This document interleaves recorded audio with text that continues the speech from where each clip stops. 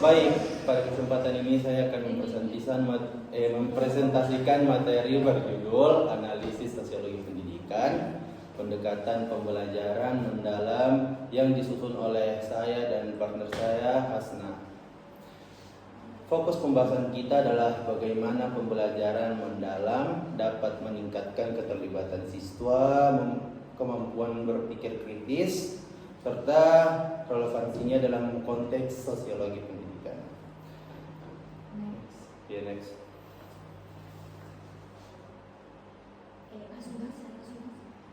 Pendahuluan pembelajaran mendalam menekankan keterlibatan siswa penting dalam pendidikan modern. Pendekatan ini selaras dengan pembelajaran berpusat pada siswa, meningkatkan keterlibatan, pemikiran kritis, dan keterampilan pemecahan masalah. Pembelajaran mendalam memfasilitasi lingkungan belajar yang lebih personal, memungkinkan siswa menjelajahi mata pelajaran secara mendalam. Ini relevan untuk pembelajaran berbasis proyek yang mendorong siswa untuk terlibat dalam masalah dunia nyata. Teknologi telah mengubah ruang kelas tradisional menjadi lingkungan belajar interaktif, mendukung pergeseran ke metodologi berpusat pada siswa. Tantangan metode tradisional.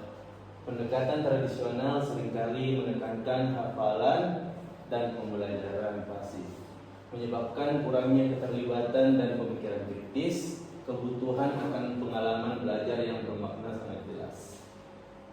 Yang pertama, kurangnya keterlibatan. Seperti hafalan pasif mengurangi motivasi siswa. Kedua, keterampilan berpikir kritis terbatas. Seperti metode tradisional menghambat pengembangan pemikiran kritis. Yang ketiga, pentingnya partisipasi aktif. Siswa berkembang dalam lingkungan yang mendorong partisipasi dan kolaborasi. Relevansi pembelajaran mendalam dengan sosiologi pendidikan.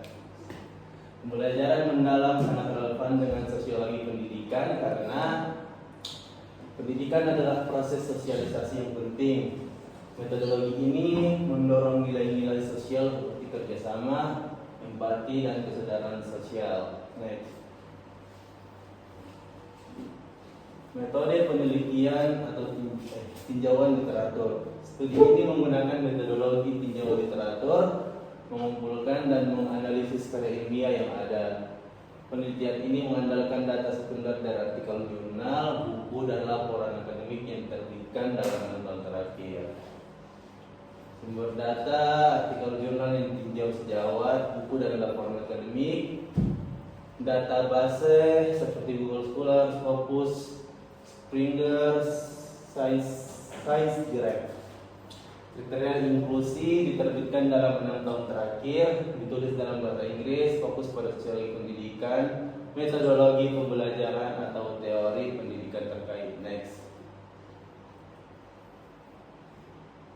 Dampak pembelajaran mendalam pada keterlibatan siswa dan pemikiran kritis. Integrasi metodologi pembelajaran mendalam secara signifikan meningkatkan keterlibatan siswa dan mendorong keterampilan berpikir kritis. Pendekatan ini mendorong siswa untuk menghubungkan pengetahuan baru dengan kerangka kerja yang ada. Berlanjut, pembelajaran mendalam dan pengaruhnya terhadap sosialisasi dalam pendidikan.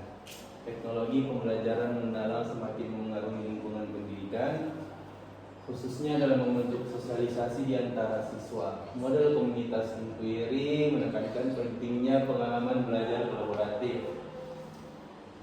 Yang pertama, keterampilan sosial. Siswa dengan keterampilan sosial yang berkembang dengan baik cenderung berprestasi lebih baik secara akademis. Realitas tertambah. AR menciptakan pengalaman belajar imersif yang mendorong kolaborasi dan komunikasi. Kehadiran sosial online, interaksi online dan regulasi diri sangat penting untuk menumbuhkan rasa komunitas. Pembelajaran sosial emosional. Kerangka kerja sel meningkatkan keterampilan sosial siswa, mendorong empati dan kolaborasi. Next. Sebelum kita lanjut, Kesimpulannya mungkin teman-teman ada yang mau sedikit sanggahan atau mungkin yang mau nanya boleh, monggo. Oke, baik. Sini saya akan menjawab pertanyaan dari saudari Ismail Zulhijjah, yaitu bagaimana perubahan peran guru dari sumber pengetahuan menjadi kurator pembelajaran berbasis AI jika dilihat dari perspektif sosiologi pendidikan di era deep learning. Yang pertama,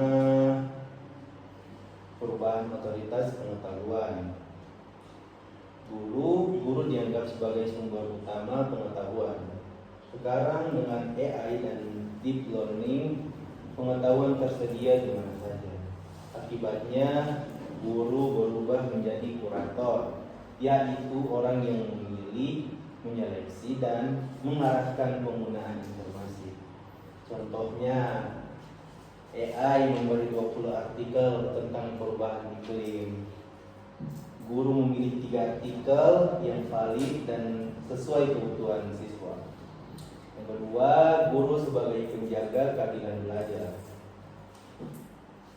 AI bisa bias dan tidak terlalu adil. Guru membantu memastikan semua siswa mendapatkan kesempatan belajar yang sama.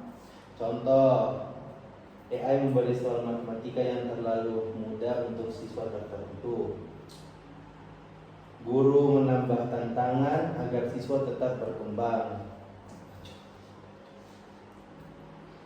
Yang ketiga, guru sebagai pembangun interaksi sosial. AI tidak bisa membangun empati atau relasi emosional.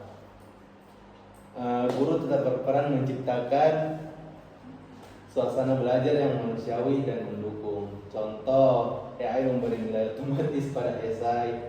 Guru tetap berdiskusi dengan siswa tentang ide dan perasaan mereka. Oke, baik, izin menambahkan. Oh, ya.